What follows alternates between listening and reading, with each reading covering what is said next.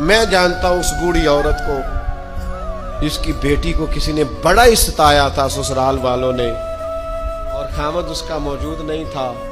तो वो अपने वहां से निकलते हुए ना वापस घर से, तो वो दरवाजे पे खड़ी होकर कह रही थी, हजरत साहब मैं गुजर रहा था, हजरत साहब गल सुनना, बच्चियों का बाप कोई नहीं, एक भैया बेचारा किधर किधर जाए, हर चौथे दिन मैं यहाँ आके मिन्नतें करके दुपट्टे फेंक के बच्ची छोड़ के जाती हूँ। आज मैंने अपना मुकदमा रब की बारगाह में पेश कर दिया। आप गवाह है ना, मेरा जुर्म सिर्फ है वे कि मैं बेटियां दी मां वा। गवाह है ना आप, मैंने मुकदमा अल्लाह के हुजूर दर्ज करा दिया है।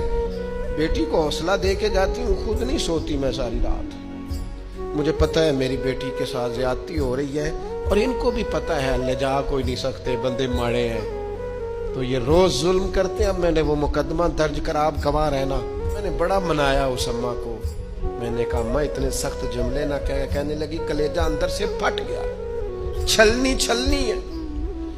एक शख्स के कमरे में जाती थी माफी मांगने, चलो बच्ची से गलती हो गई तो उठ के दूसरे कमरे में चला जाता था, मैं दूसरे में जाती थी क्योंकि मैं बेटी वाली हूं।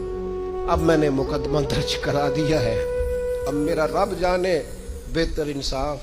मैं बड़ा अल्लाह का गुनाहगार बंदा हूं। मैंने फिर वाकई वहां इंसाफ होते देखा, मैंने वो रंग बदलते और हालात तब्दील होते देखे।